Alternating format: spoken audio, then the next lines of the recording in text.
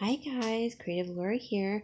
I am about to go volunteer. Um, I do this I used to do every single Saturday and Sunday morning, but I actually, with work, it just wasn't conducive. So I've only pared it down to like maybe twice a month instead of 4 times. So I am going cat trapping. And what we do is we trap the cats and then we take them the next morning. We get up really early. I go and stand in line like at by 6 something, and then they open the doors at 7. But I try to get in line so that my cats get in and out quicker. And I just want to get it over with, really.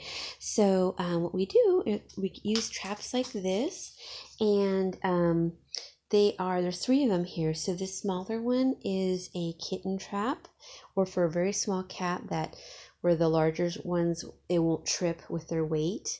So these are the bottom 2 larger ones. These traps are not my original 2 on the bottom. They're very heavy and I would not suggest them. I don't even know what brand they are, but I had lent out my traps many a times and to this one gal, and I can't get a hold of her. I've left messages for the original owner and explaining, I lent them to so and so because she couldn't carry these heavier cages, and I can't get a hold of either one, so that's fine. The cages were expensive though; they're about $75 each. So, but you know what? I have 2, so it's whatever. They are heavier, but I'll make do with it. But anyways, I like the True Catch Trap, which it's TRU and then Catch, and they have their own website, and they do go on sale, I think twice a year, so you just have to get on their mailing list. But kind of whispering too because I'm in my garage and I don't want anyone to hear me outside, and there's some people across the street, so but these are the supplies. So I need blankets to cover the traps once they're caught. I'm in my garage right now, by the way, and so excuse the mess and how dark it is. But once you catch them, they freak out, and so I cover them, and that usually calms them right down. And then I put them in my car. So in my car back seat, I have a sheet, and then I put these empty like cat food bags. I keep them, and they're plastic, and they're really big, and that's what I feed the feral cats every night. I go and feed them every single night. And I put those down in case they go potty or, something, because they're really scared once you catch them. And some cats, it's so funny because they want to get caught, like they want the food that's in there, and so they get caught 2 or 3 times. But most cats, once they've been caught once, they never go back in it.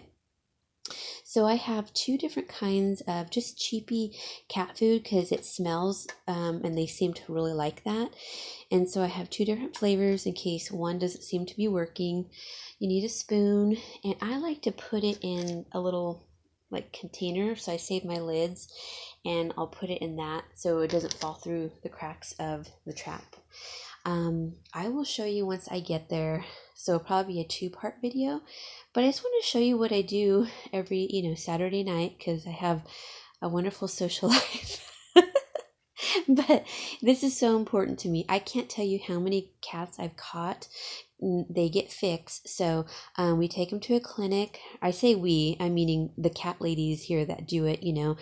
Once I catch my cats, I sign up for the clinic and I go trapping. If I catch any, I take them in the next morning to the clinic.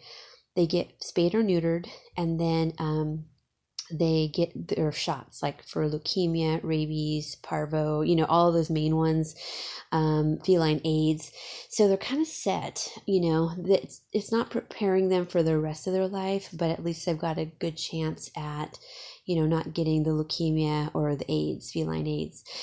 So anyways, once I trap them, then I bring them back to my place, and I usually keep them, if it's cold like it is now, I'll keep them in my laundry room, and I close the doors off so that my cats can't get to them.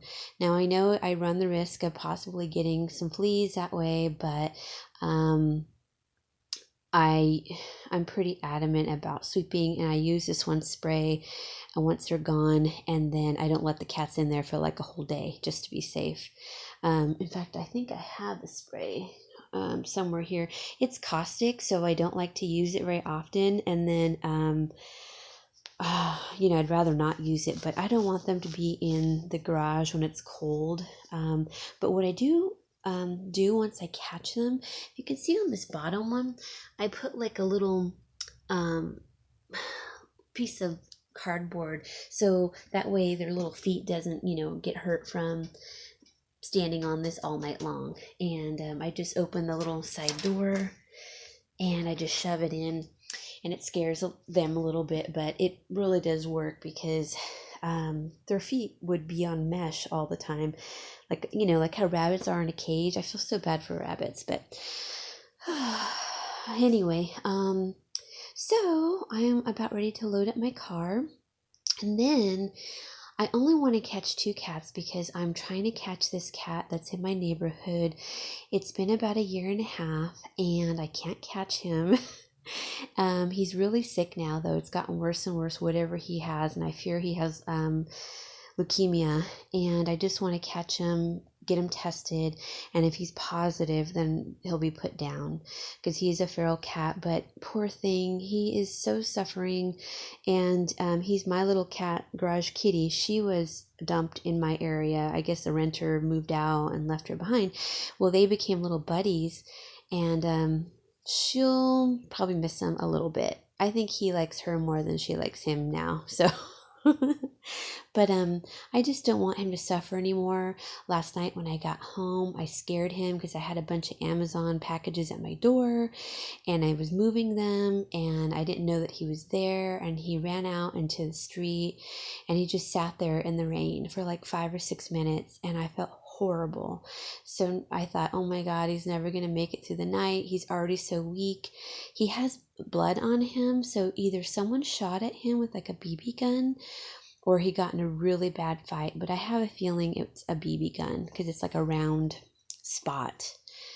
So this guy needs to get caught. So if you guys watch this video, please send your good vibes, and or say a prayer that I catch him, and hopefully I do, guys. Hopefully I do. I'm not really sure how I'm going to catch him because he's usually sleeping in like a little cubby hole that I insulated and made for him, and I have a heating pad in there for him on my porch.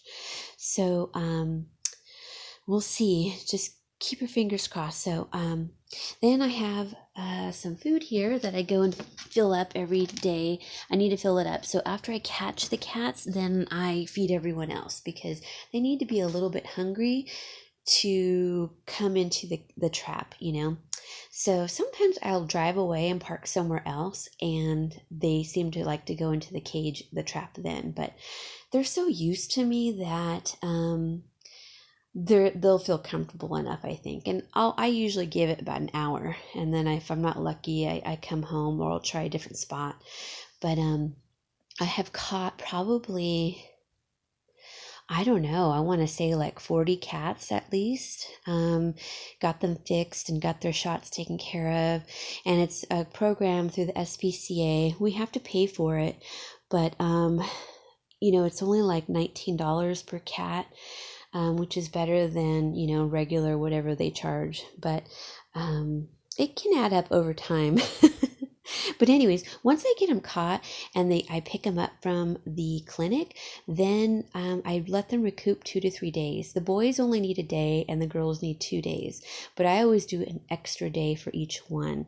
And if they are not doing good, like they are just not eating or drinking because they're so freaked out and scared, then I will let them go after the time, the correct amount of time that they can go.